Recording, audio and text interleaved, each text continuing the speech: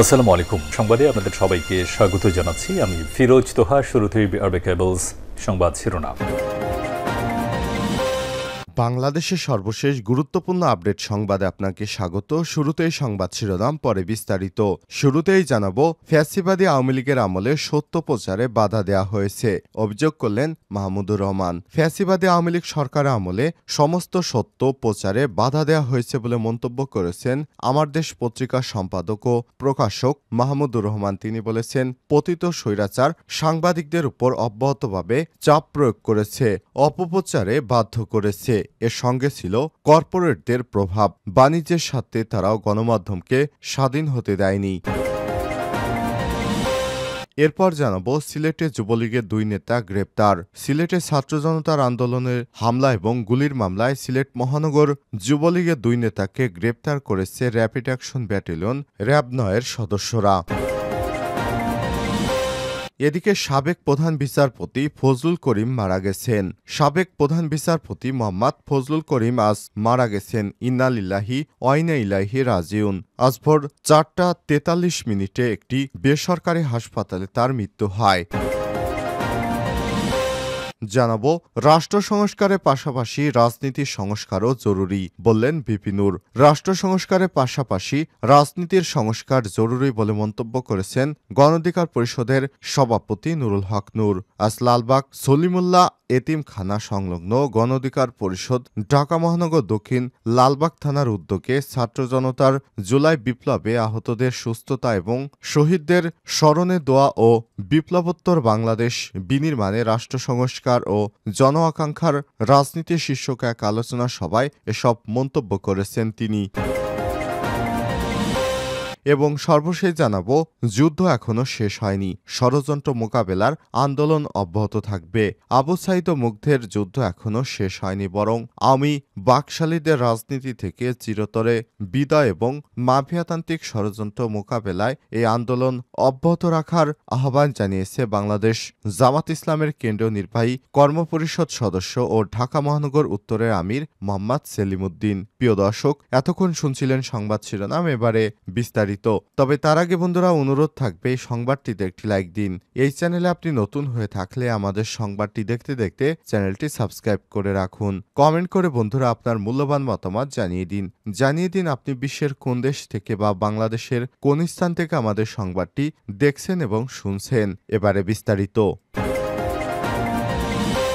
ফ্যাসিবাদী আওয়ামী লীগের আমলে সত্য প্রচারে বাধা দেওয়া হয়েছে, মাহমুদুর রহমান। ফ্যাসিবাদী আওয়ামী লীগ সরকার আমলে সমস্ত সত্য প্রচারে বাধা দেওয়া হয়েছে বলে মন্তব্য করেছেন আমার দেশ পত্রিকার সম্পাদক ও প্রকাশক মাহমুদুর রহমান। তিনি বলেছেন, পতিত সরকার সাংবাদিকদের উপর অব্যাহতভাবে চাপ প্রয়োগ করেছে, অপপ্রচারে বাধ্য করেছে। এর সঙ্গে ছিল কর্পোরেটরদের প্রভাব।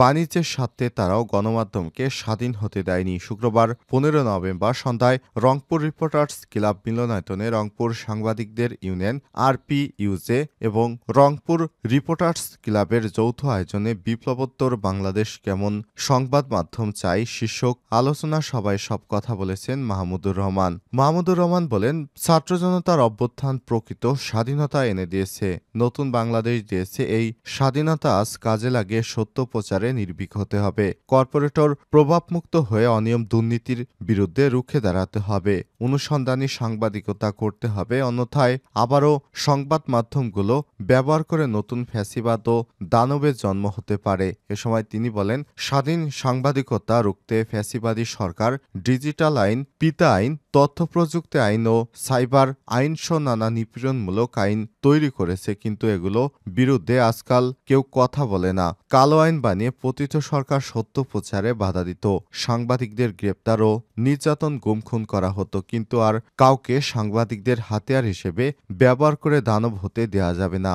এ সময় তিনি সব সাংবাদিকদের সতর্ক থাকার আহ্বান জানান।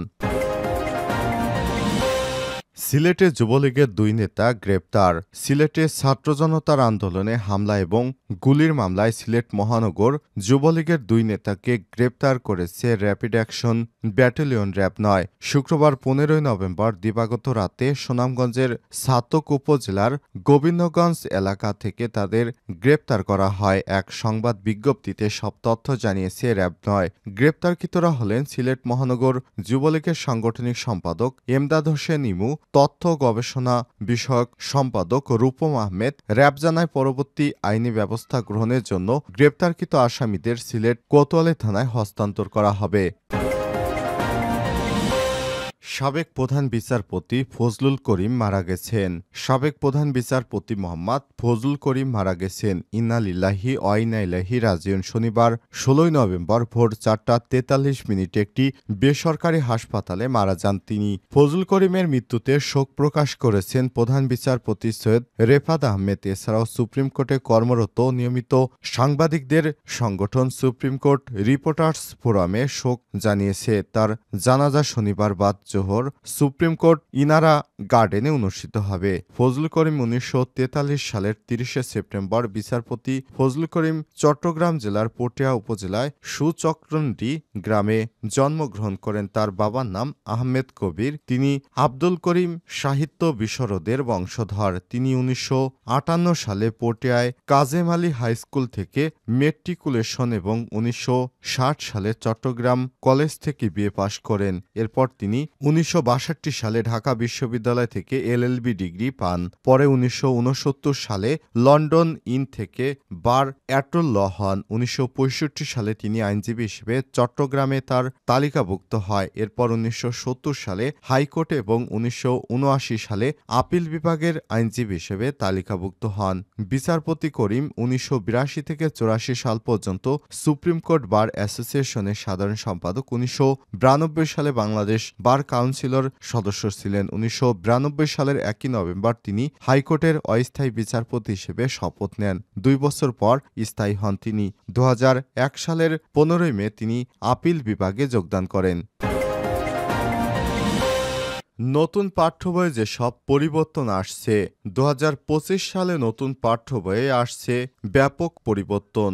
বইয়ের মলাট থেকে শুরু করে ভেতরের গল্প, কবিতা এমনকি ইতিহাসের বিভিন্ন ভাগেও যুক্ত হচ্ছে নতুন নতুন অধ্যায়। ২০২৪-এর গণঅভ্যুত্থান এবং ছাত্র জনতার গৌরবোজ্জ্বল ইতিহাস যুক্ত হচ্ছে ২০২৫ সালে নতুন পাঠ্য বইয়ে। প্রতিটি ক্লাসের প্রত্যেকটি বইয়ের পেছনের মলাটে শেখ হাসিনার উন্নয়নের শ্লোক বাদ দিয়ে যুক্ত করা হয়েছে বিশেষ বাণী, দেশের বিভিন্ন গুরুত্বপূর্ণ কথা। আর বইয়ের ভেতরে বিভিন্ন অধ্যায়ে বর্ণনার সাথে শেখ হাসিনা এবং কোনো কোনো ক্ষেত্রে অযাচিতভাবে ব্যবহার করা শেখ মুজিবুর রহমানের ছবিও বাদ দেওয়া হচ্ছে। সংশ্লিষ্ট সূত্র থেকে জানা গেছে এ সময়ের সীমাবদ্ধতার কারণে ২০২৪-এ গণঅভ্যুত্থান নিয়ে বিস্তারিতভাবে জুলাইয়ের ইতিহাস পাঠ্য বইয়ে তুলে আনা সম্ভব হয়নি। তবে ২০২৬ সালের জন্য যে পাঠ্য বই রচনা করা হবে সেখানে জুলাই গণঅভ্যুত্থান নিয়ে বিস্তারিত বর্ণনা থাকবে।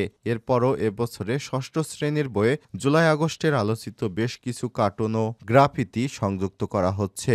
দেয়ালের ভাষা কতটুকু আমাদের হৃদয়কে উদ্বেলিত করতে পারে এবং পুরো জাতিকে একটি প্ল্যাটফর্মে নিয়ে এসে ঐক্যবদ্ধ বন্ধনে দাঁড় করাতে পারে তার একটি উজ্জ্বল দৃষ্টান্ত বইয়ের পাতায় তুলে ধরা হচ্ছে ২০২৫ সালের পাঠ্যপুস্তকে। অপরদিকে সময়ের স্বল্পতার পর ২০২৪ সালের জুলাই আগস্টে গণঅভ্যুত্থান নিয়ে একটি সংক্ষিপ্ত ইতিহাস নবম-দশম শ্রেণীর বাংলা ও ইংরেজি বইয়ে অন্তর্ভুক্ত করা হচ্ছে। তবে আগামী বছরে পাঠ্য বইয়ে এই ইতিহাস বিষয়গুলো উপরের ক্লাসের ইতিহাস কিংবা পৌরনীতির বইয়ে বিস্তারিত তুলে ধরা হবে। সূত্রমতে পতিত আওয়ামী লীগের আমলে বিতর্কিত কারিকুলাম অনুসারে ২০২২ সালে প্রবর্তিত জনগণ কর্তৃক প্রত্যাখ্যান কারিকুলাম বাদ দিয়ে পুনরায় ২০১২ সালের কারিকুলামের আলোকে পাঠ্য বই মুদ্রণের কাজ শুরু হয়েছে। তবে আগের ২০১২ সালের কারিকুলাম ফিরে গেলেও বেশ কিছু বিষয় এখনও আনা হয়েছে পরিমার্জন, সংস্করণ, সংযোজন। ইতিহাসের